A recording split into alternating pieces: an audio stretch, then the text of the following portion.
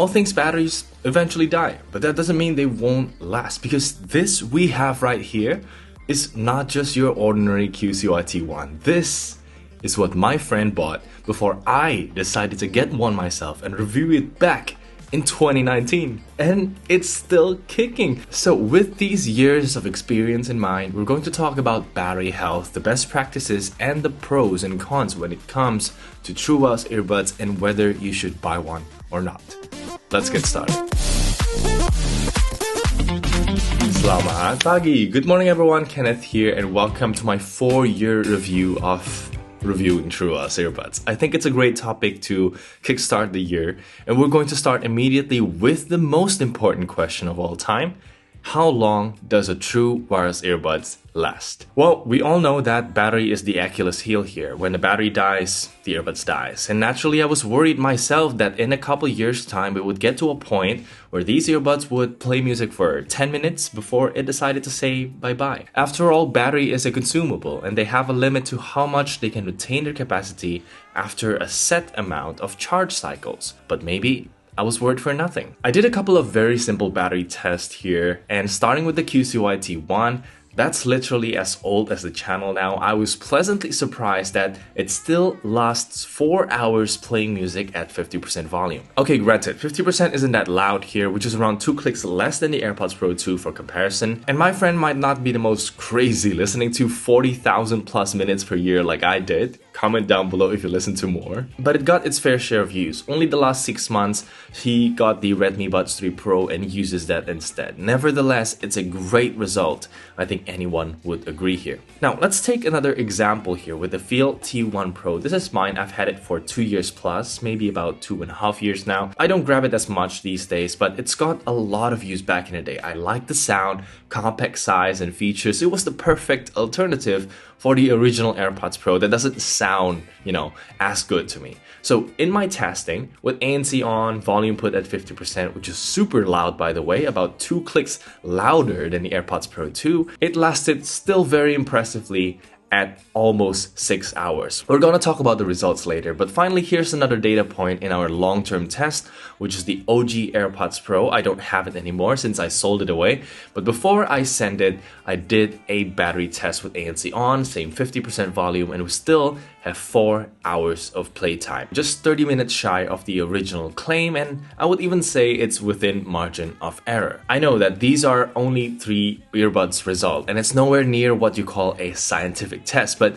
it gives a good idea of what to expect, which is battery life in true wireless earbuds actually retain their capacity even after years of usage. But this is the moment where I go back to you. Leave a comment down below. How long have you had your earbuds? How much do you use it? And how's the battery health right now? Okay, hit the thumbs up if this has been insightful so far, but next up, I want to share from my experience an answer to what are the best practices you should know for a true wireless earbuds. Firstly, make sure that you are getting it from a reputable seller, if not an official store, and check the warranty coverage. I think this is very obvious, but it's something that is lacking, especially in the budget world. I could definitely understand that 4 years ago, since the market is still very, very new, but nowadays you can get up to 1 year of coverage or even more, which will give you a better peace of mind. Because if you ask me, have I ever had a defect?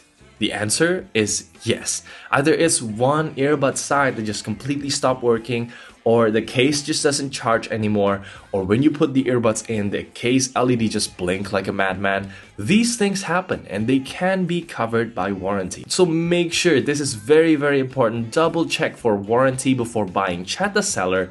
Make sure that you can get a replacement when you need it. To be honest with you, this is one thing that gets better the more you spend, since bigger brands like Samsung or Apple will have physical service centers that you can go to. A lot of the times they just offer you a replacement for free. Even after the warranty ends, they may offer you a paid replacement, unlike smaller brands that really, is GG when it's broken and the warranty is over. So it's something to keep in mind, and I know there will be occasions where your earbuds break right after the warranty ends. I feel you, but please know that I'll be there to help you when you want to get a new one. So make sure to subscribe to the channel, right?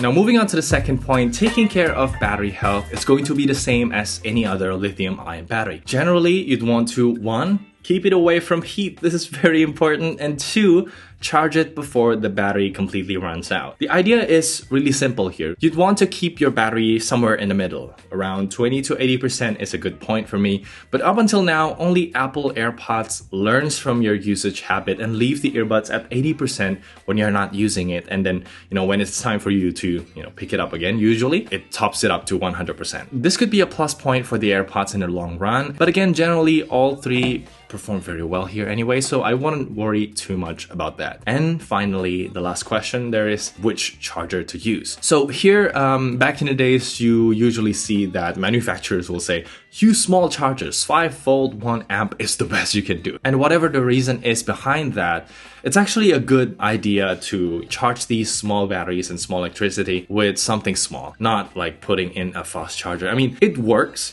a good fast charger should have a charging IC that detects that this is a small stuff and put on some small electricity inside. Like for example, I always charge my AirPods Pro with my MacBook Pro charger, which is like almost 100 watts. Everything's fine until now, but that's because I trust the charging IC on the AirPods, and I don't quite trust as much with these cheaper earbuds. That's why a good rule for these earbuds is you just plug it into your laptop or to your PC. Leave for 1 hour, they will be fully charged anyway. So yeah, finally, let's move on to the last question that I want to tackle is, should you buy a TWS earbuds in the first place?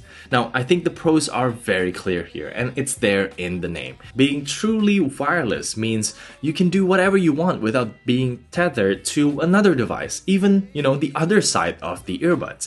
So whether it's in the gym, workplace, or even moving around just at home like this, it gives you a freedom that no other earbuds type can offer. And that alone is worth the purchase in my personal opinion. And also we know from this video that they do last pretty long, enough for you to enjoy until the next cool release comes out and you can upgrade from there. Moving to the future, I can see great stuff coming like LC3 codec, Snapdragon lossless, all these good stuff. However, do keep in mind that sound quality will always be better when you go wired, because at the same price, all those money are going to just the drivers and tuning. Maybe a little bit to the case and the packaging, but we have a lot more going on the TWS earbud setting here. We have the battery, the microphone, the chip, the charging case, and everything else in between. Don't get me wrong though.